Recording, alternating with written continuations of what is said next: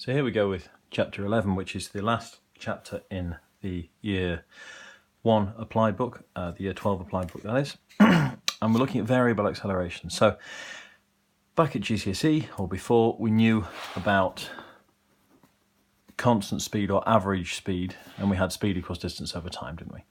And then, so that is a no acceleration situation. Then in this book in year 12, or possibly a little bit of GCSE or somewhere in physics, you were introduced to constant acceleration, and to deal with that we needed the Suvat equations. So displacement, initial velocity, final velocity, acceleration and time, and they're linked by several different equations, 4 or 5 depending on what you classify as a Suvat equation and which ones you use, but there's several equations there, and we did a whole chapter on those in chapter 9, or nearly a whole chapter in chapter 9. So the next logical step then is to say, well, not just no acceleration, not just constant acceleration, but what if we've got variable acceleration? How do we deal with that? And there are various different bits and bobs that are going on in the chapter. I'm going to start with example 3 and then sort of dodge backwards and forwards between section 11.1 and 11.2 to begin with. Having a look at example 3, we've got a body that moves in a straight line with its velocity, and the velocity is given by this formula. Okay, so if we're going to deal with these variable acceleration kinds of problems, the way we're going to have to deal with it is we need some information to tell us how fast the object is moving, and that's going to be given to us in the form of a function. So instead of knowing the acceleration is constant, working things out that way, we're going to have either the displacement in terms of time, as we have in example 2, or the velocity in terms of time, or sometimes we'll have the acceleration in terms of time. And when I say in terms of time, I just mean any old algebraic function that they want to stick in there, that's what they could do. So in this case, we've got the velocity is a quadratic in terms of time. So if I want to deal with this, I've really got to think about what this means. That means if I'd substitute the value for the time in, I get the velocity. Substitute the velocity in and solve the equation, I can get the time. So the first thing they ask us in this chapter is more or less a sort of common sense modelling situation. We've seen similar sort of things before. It's really a case of read the question and interpret it in the way that makes sense, now that we've got a bit of experience of how these mechanics questions go. So the initial velocity, that's going to be when the time equals 0. So if I substitute t equals 0 into here, then I'm going to get 24. This term and this term vanish, and I end up with v equals 24. If I want the values of t when the body is instantaneously at rest, well, instantaneously at rest means that v equals 0. Okay? So if v equals 0, I'm going to take this, I'm going to put v equal to 0, and I'm going to solve the equation, and that's what they're doing here in part B. Find the value of t when the velocity is 64. So, well, if v equals 64, what's t? So what's the time at which this body is moving at 64 meters per second? We can solve the equation and find, in this case, 2 different values of t, because it's a quadratic equation. One of them's negative, so we can discount that one, so t equals 10, that's what it's got to be. Find the greatest speed of the body in the interval from 0 to 5. Well, what we're doing there is we want to know the maximum value of the velocity, so we're going to draw the graph, draw the quadratic, and work it out. You could think of it, if you like, as akin to a quadratic inequalities question, right? So the greatest speed of the body in that interval, well, if we look at what the graph looks like in that interval, and then we find the highest point of the graph. So what we've got in example 3, and you can read through example 2 for yourself, is a very similar sort of idea, and that really is what's happening in section 11.1, and there's a whole exercise in 11a. So you could treat sections 11.1 by saying, well, this is all just sort of common sense kind of things, I'll miss it out, and that would be a real mistake, because it's getting you used to these kinds of questions, these kind of formulae, thinking about what the words in the question mean, how to interpret the words in the question, so that when you get faced with find the greatest speed of the body in the interval, you know yourself that the best thing to do will be to draw a graph. When you get faced with the value of t when the velocity is 64, you know immediately that you put v equals 64 in here and solve it. Okay? If it seems obvious when I'm telling you, it might not seem as obvious when there's not somebody walking through it, or there's not an example there for you. So I'd recommend a good amount of practice on exercise 11a, and that'll make the rest of the chapter a bit easier. Okay? So that really, as far as I'm concerned, is section 11.1.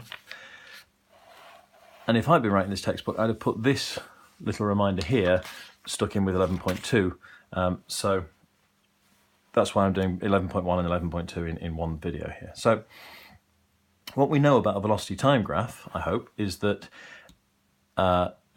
acceleration is the gradient on our velocity time graph. And so far we've seen velocity time graphs, which look like this a lot of the time. Okay, our typical velocity time graph will look something like this. We've got sort of lots of straight line segments. So the acceleration is the gradient of this bit. There's no acceleration here. The velocity is constant.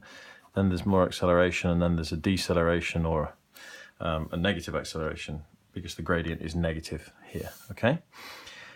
So there's our velocity and there's our time. So that's what we're used to.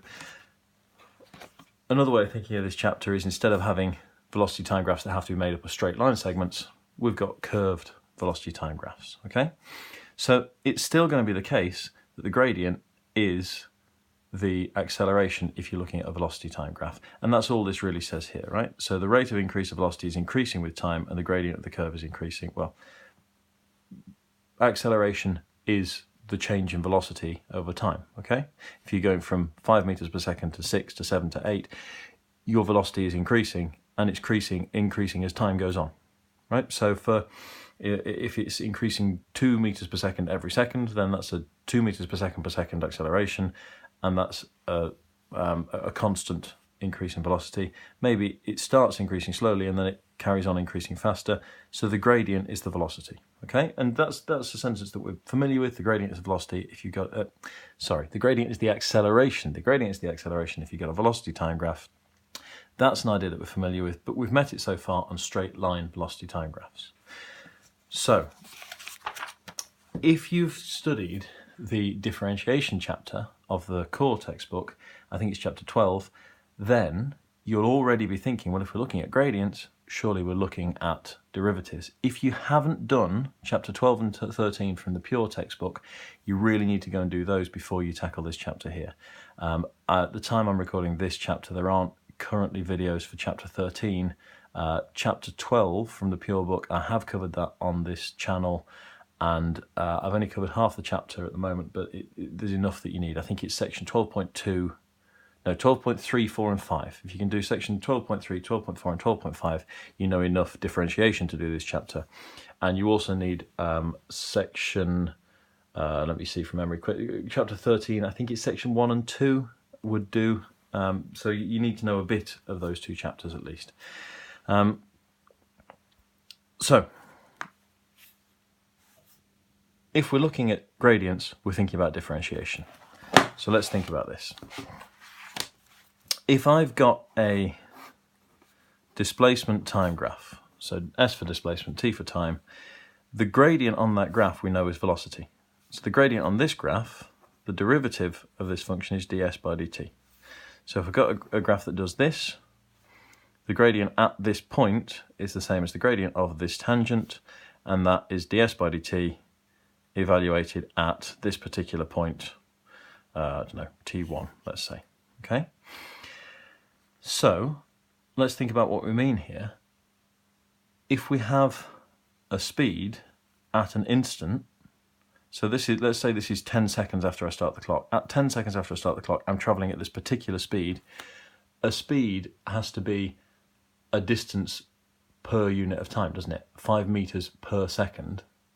And if the gradient is changing, if we've got a curved distance time graph here, then we've got a problem, because in 1 second, at the start of the second it might be going at one speed, at the end of the second it might be going at another speed. So what does it mean to have, at 10 seconds we have a velocity of 5 meters per second, but at 11 seconds we might have a different velocity? Well, what we mean is, at this instant, the velocity of the object is the same as the gradient of this line. Okay, and it might seem a bit of a funny idea if we think about it mathematically. If we think about it less mathematically, the object's moving slowly here, faster here, even faster here, and we find it perfectly intuitive in real life to say, I'm going at 70 miles an hour right now, but it's, you know, but then it's the next split second you might be going at a different speed. You know, the idea of going at a certain speed at a certain time isn't actually counterintuitive, even though if you think about what speed is, which is a distance measurement per unit of time, it sort of shouldn't make sense, should it? So, if you looked at my videos on differentiation, I think I make the same point about a gradient, right? You need, for a gradient to happen, you need a change in y and a change in x. So how can a curve have a gradient at a certain point? And it's the same argument. We're just going to say, well, the steepness of the curve is the steepness of the gradient at that point. Possibly that's never bothered you. Possibly I've just made it more confusing, and I've taken something that wasn't worrying you and tried to convince you that it should worry you. If that's the case, don't worry about it. What we need to know is the gradient on a displacement time graph is the velocity. The gradient on a displacement time graph is the derivative, ds by dt.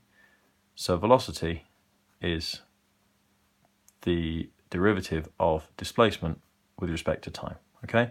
And I'm underlining the s and the v there because they are vector quantities, okay? So what does it mean to have, it may well be that this is the first time you've seen a differentiation question and it's not dy by dx. And I remember when I was first studying this, we were differentiating everything with respect to x, and I knew what that meant, and then suddenly somebody threw in s's and t's and changed it from x's and y's, and that seemed confusing, but there's absolutely no reason for it to be confusing. Let's have a look at example 4. The displacement, they've given the letter x this time, sort of slightly unhelpfully. So x equals t to the power of 4 minus 32t plus 12. So differentiating with respect to t, just whatever letter is on the bottom, that's the letter that you treat like the x, right? So t to the power of 4, I bring the power down to the front, and I reduce the power by 1. 32t turns into 32, and there's my derivative. dx by dt is 4t cubed minus 32. So the velocity, and remember x and v are vector quantities, so the velocity is given to us by this formula. If I want to know the velocity at a particular moment, I just substitute in the time into this equation here. So the velocity after, what does it ask us in the question? Velocity after 3 seconds is 4 times 3 cubed minus 32, and you can see that in the blue box, okay? So velocity is rate of change of position over time, or rate of change of displacement over time. And we've said already that acceleration is rate of change of velocity over time. Okay, so if I've got a velocity time graph, the acceleration is the gradient. And it doesn't have to be a straight velocity time graph, it can be a curved velocity time graph. The acceleration is positive here, 0 here, negative here, getting even more negative, getting less negative, turning into 0, getting positive, and getting even more positive, right? The gradient is the acceleration on a velocity time graph. So the acceleration is the rate of change of velocity over time, and hopefully, if you understand the differentiation, then you can already see this fact here. So ds by dt is velocity. If I differentiate velocity, I get acceleration. So the second derivative of displacement with respect to time is acceleration, because acceleration by definition is the rate of change of velocity over time, which is dv by dt. Okay? So we can be asked questions as we are in example 4. They give us x in terms of t, and they tell us that x stands for displacement. Sometimes you'll keep the s as displacement. Sometimes they'll substitute in another letter because s is a bit easily confused with a 5, so we tend to avoid s's in mathematics in general. In mechanics, we've been lumbered with s as a displacement, so there we go. So the displacement x is given us by a formula in terms of t. If I want to know the position at a particular time, I substitute t in. If I want to know the time I reach a certain position, I substitute the position in for x, and I work out the time. If I want to know anything about velocity, I can differentiate this, as we did a second ago. There's our derivative. And then we've got velocity in terms of time. So if I want to know the time it's going at a certain velocity, I substitute the velocity in and work out the time. If I want to know the velocity at a certain time, I substitute the time in and work out the velocity. It's a formula that links v and t.